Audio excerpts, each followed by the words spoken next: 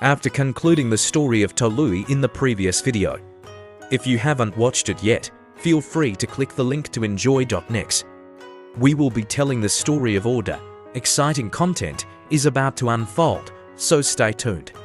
Orda was born in 1204 under a white moon, marking the beginning of his life journey. He was the first grandchild of Genghis Khan and the purest bloodline successor when he came into the world. Genghis Khan was waging a stunning war on the prairies with the far western Khan of the sun.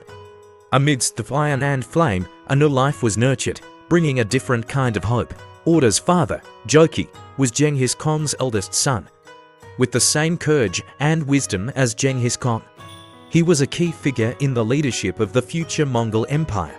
Orda's mother came from the Hongila tribe of Mongolia, a tribe famous for producing beautiful women on the boundless prairies. Their beauty bloomed like flowers, attracting countless eyes.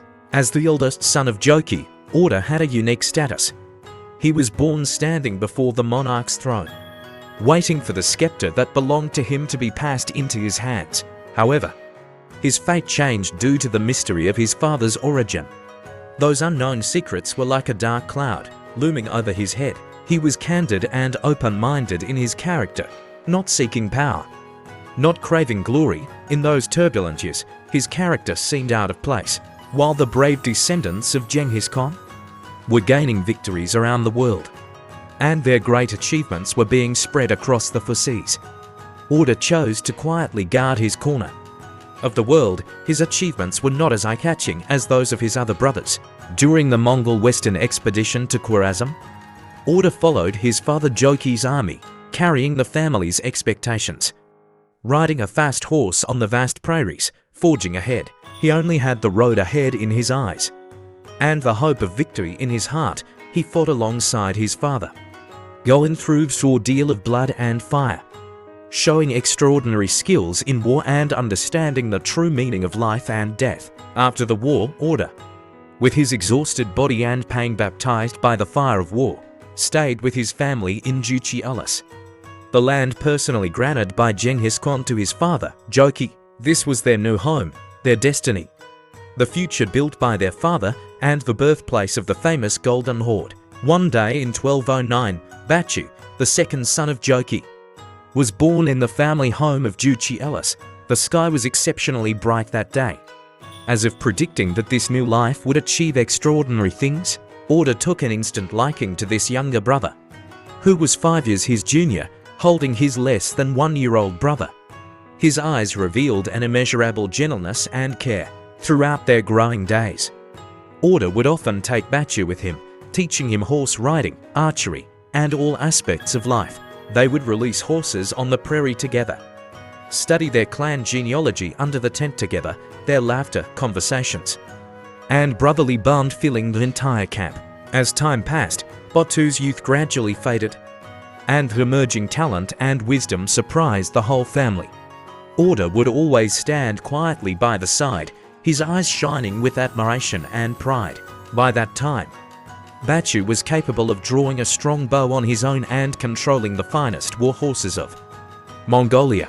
In every hunting mission, he could quickly find the weak spot of the prey and hit it with a single arrow, causing men from other tribes to stare in awe.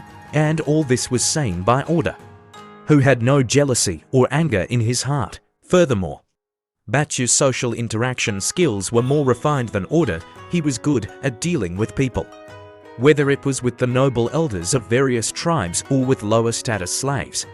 He could elegantly handle them and obtain the necessary information and contacts from them. His training and learning was so determined that even Orda, who kept his eyes and ears open, had to admire him. The night Jochi passed away, a strong wind howled as if mourning the death of this great general. Under the canopy of the sky, Jochi's two sons, Orda and Batu, stood facing each other, silent. Both had suppressed tears in their eyes and hearts full of thoughts and sorrow for their father. Orda looked up at his silent brother, and at that moment, he understood something. Although he was Jochi's eldest son and should inherit his father's position, he had long known the answer in his heart. He knew his own abilities were not sufficient to carry such a heavy responsibility, while his brother the one he had always cherished, respected, and who was exceptionally talented, was the most suitable choice. So at his father's funeral, when the clanspeople were waiting for him to lead them, Orda chose to step back. He went to his brother's side, deeply bowed, and then handed the symbolic Rum's horn cup, symbolizing power, to Batu. Everyone was surprised at his action, but his eyes only held deep trust and expectations for his brother. Batu, he looked at his brother, his voice firm and gentle. "This family needs your leadership. You are stronger, wiser than me. You are our future." Hearing these words, a touch of surprise flashed in Batu's eyes. But he took the cup, accepting his brother's expectations and trust, as well as this great responsibility. After Jochi passed away, the new Khan, Batu, assumed the primary leadership power, and Orda remained loyal. Batu granted Orda the eastern territories of Jochi, which were vast and extensive. Approximately located in today's Kazakhstan, Orda established his kingdom on this land. He did not seek control of power, but rather hoped that his people could live and work in peace and contentment on this land, enjoying peace and tranquility. His territory quickly became an independent Khanate, known as the White Horde. In governing the White Horde, Orda followed the principle of people first. He valued farming and trade, promoted various new agricultural technologies, actively established trade relations with neighboring countries, which led to the rapid economic development of the White Horde. In that era of change, power often weakened the bond between kin. But Orda and his brother Batu were exceptions to this. Faced with endless power, Orda was not blinded by it. What he saw was a nation that could bring peace and tranquility to its people, not a struggle for power. So he voluntarily stepped back and chose to hand over the power to his brother Batu. He knew that only Batu's talent and wisdom could lead their people to a better future. This move brought them closer together, and also avoided potential fights among brothers, among Genghis Khan's descendants. Many turned against each other under the temptation of power, leading to the disintegration of their states. But Orda and Batu's relationship became closer, and their nations became stronger as a result. In the winter of 1235, the European continent was silent in the cold wind, but a storm was brewing on the distant Mongolian plateau.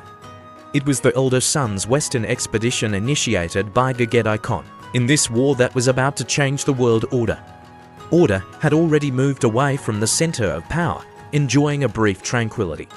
But when the horn of war sounded, this former warrior chose to sharpen his sword again and return to the battlefield. The troops of the eldest son's western expedition were composed of the eldest sons of various royal families. Batu, Orda brother, became the leader among them. He was young, brave, and wise, making him the ideal choice to lead this massive army. But Orda retirement did not mean he had completely left the historical stage.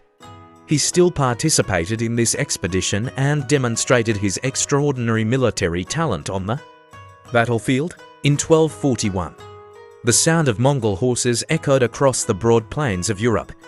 The once peaceful Eastern Europe had become the battleground of this cavalry from afar. The Mongol forces penetrated deep into enemy territory, fighting on three fronts, bringing a force that shocked Europe.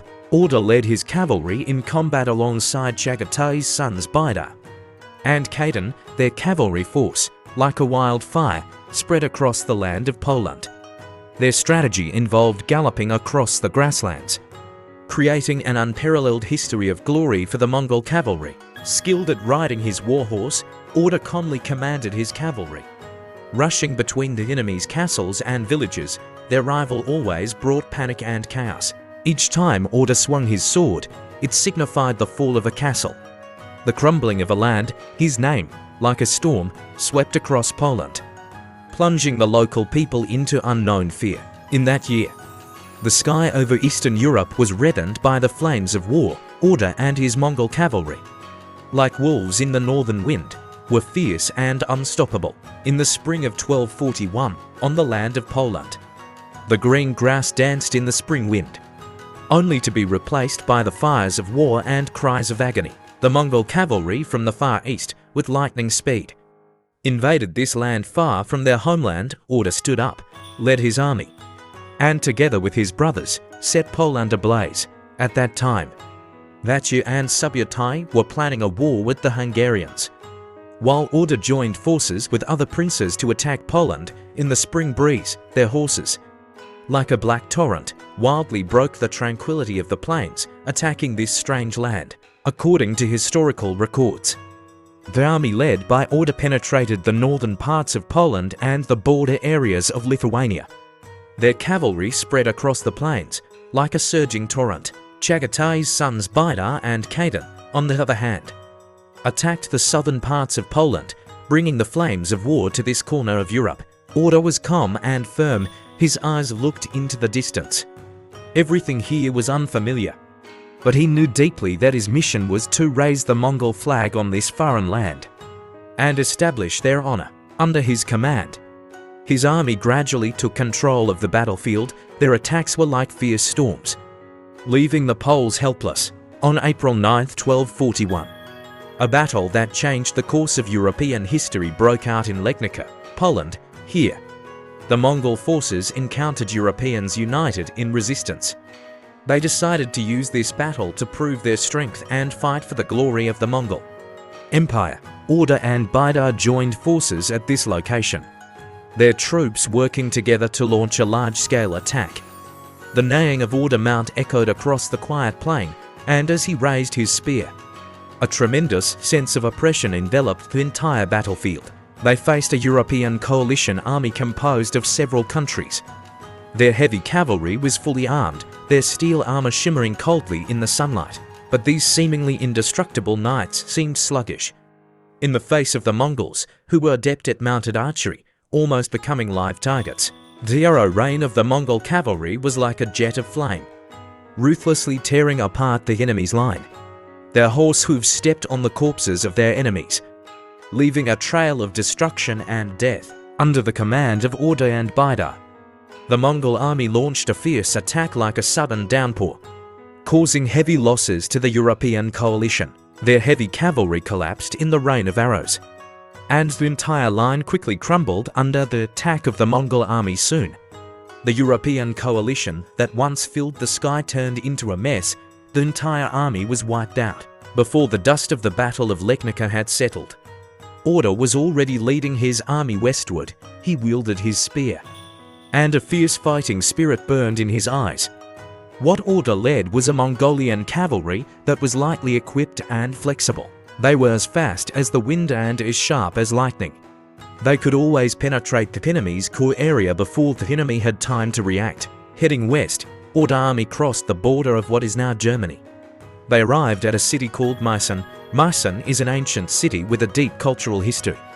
Its former glory had now become the spoils of war for the Mongol army.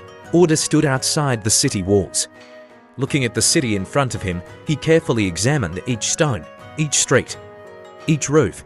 Then he ordered an attack under his command. The Mongol army attacked Meissen city like a wild wind. The battle was not fierce. The defense of Meissen city was not strong, and the power of the Mongol cavalry far exceeded their imagination. When the city's defense was breached, Orda ordered the city to be leveled. The buildings of Meissen, regardless of their size, became ruins under his command. Stones shattered, wood burned, everything became run down, and a gust of wind would turn it into ashes. Just as Orda cast his gaze towards the farther west, gazing at the land that had not yet been trodden by Mongol horses, an unexpected piece of news suddenly struck him like a cold wind, giving his heart a sudden jolt. Retreat, an order that made all Mongolian warriors feel regretful. However, no matter how unwilling or lost they were, it could not change the fact of the order. Orda frowned slightly, contemplated for a moment, and then ordered the whole army to retreat. The gale had ceased, and the raised sand and dust gradually settled. The land trampled by the Mongol cavalry temporarily restored its tranquility. Orda and Batu abandoned their war, leading their troops back to their tents and the grassland. The journey home was long. They crossed the grasslands, crossed the mountains, followed the ancient horse hoof prints, and returned to their homeland. Orda looked at the distant horizon, which was his home and his kingdom. In the vastness of the grassland, Orda found himself again. As the Khan of the White Horde, he returned to the land that had accompanied him growing up, and continued his isolated nomadic life. The golden grassland undulated in the wind, as vast as the sea. Under the vast horizon, cattle and sheep were scattered on the grassland like strings of pearls. The people on the grassland, like the children of the earth, enjoyed every day in the sun and wind, feeding their cattle and sheep, weaving their woolen fabrics, and singing their ballads. Orda found a familiar feeling here. There was no smoky war, no palace conspiracy, only the leisurely pastoral life. This was his White Horde, a country made up of vast grasslands, a society composed of nomadic people who herded sheep and horses. Although there were no big cities symbolizing power and glory in his territory, this vast land was full of what he cherished: freedom, peace, and a life coexisting with nature. His people lived peacefully, happily, and satisfied. This was Orda White Horde and his world. The year Orda passed away, a deep sorrow covered the vast grasslands. In 1251, Orda passed away in his territory, leaving behind his peaceful and firm life, as well as the grassland he loved deeply. Orda, a typical Mongolian nomadic hero, had rich combat experience, but always held an indifferent attitude towards power. His modesty and indifference made him choose to cede his father Genghis Khan's position to his younger brother Batu to avoid causing internal disputes in the family. His wisdom and foresight made him an important assistant to the Golden Horde and led his people to major victories on the European battlefield. In our next video, we will share the story of Jochi 5th son, Shiban. Please look forward to the content of the next episode. If you like this story, please help us by subscribing and sharing. Thank you.